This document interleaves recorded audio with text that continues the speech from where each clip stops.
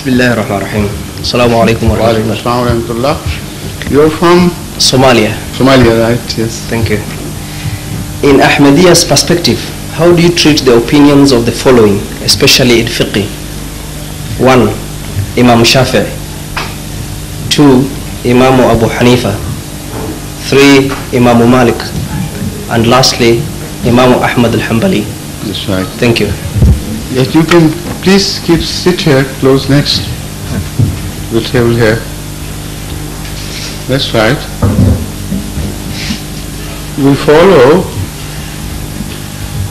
him whom they followed, Hazrat Muhammad Rasulullah sallallahu alaihi wasallam, and the Holy Qur'an.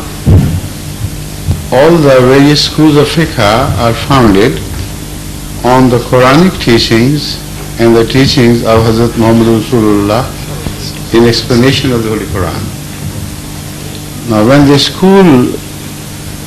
schools came into being, at that time the traditions were not compiled as we have found them compiled in different books with all the investigations written upon the subject of collection of hadith. The rules were not chalked out like this.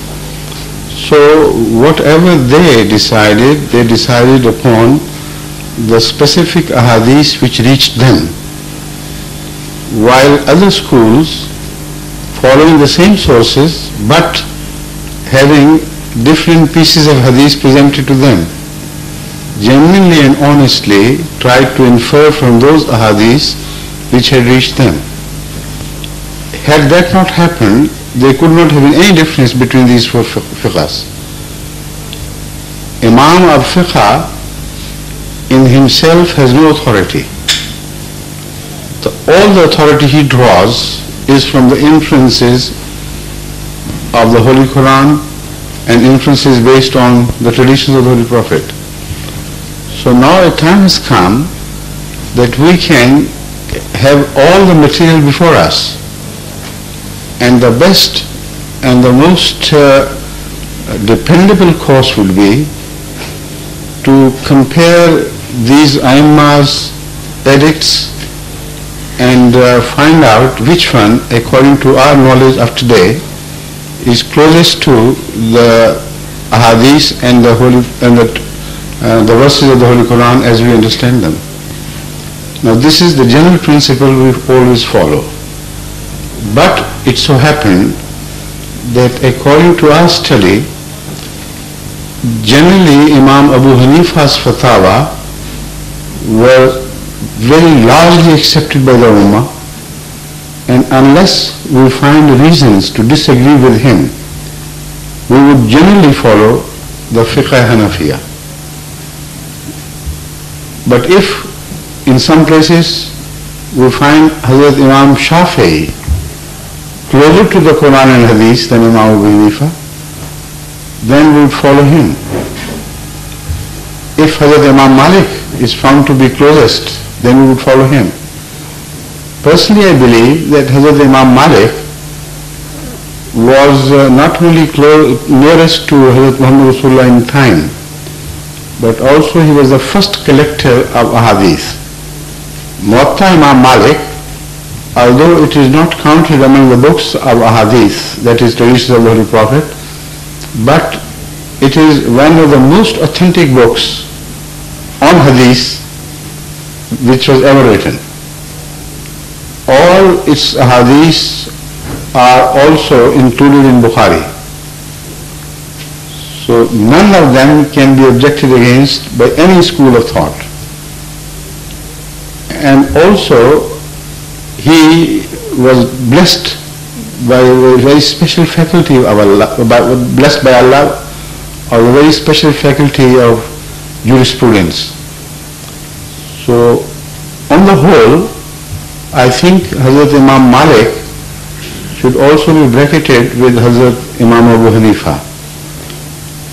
But the problems arose later on when in the name of Maliki Fiqh, scholars of the later ages went on adding quite a few things here and there, creating distances between the fiqh of Hazrat Imam Malik and the fiqh of Abu Hanifa and others as well.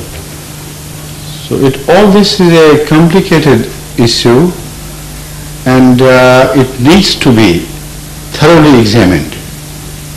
Otherwise, if we do not try to find compromise between these great sources of jurisprudence on the basis of re-examining their sources and attempting to draw new inferences, then this confusion would continue forever, dividing the Ummah. So Hazrat Masih Maud Islam, the founder of the Ahmadiyya community, gave us this clear instruction. The Qur'an is the unchangeable, the authority from God.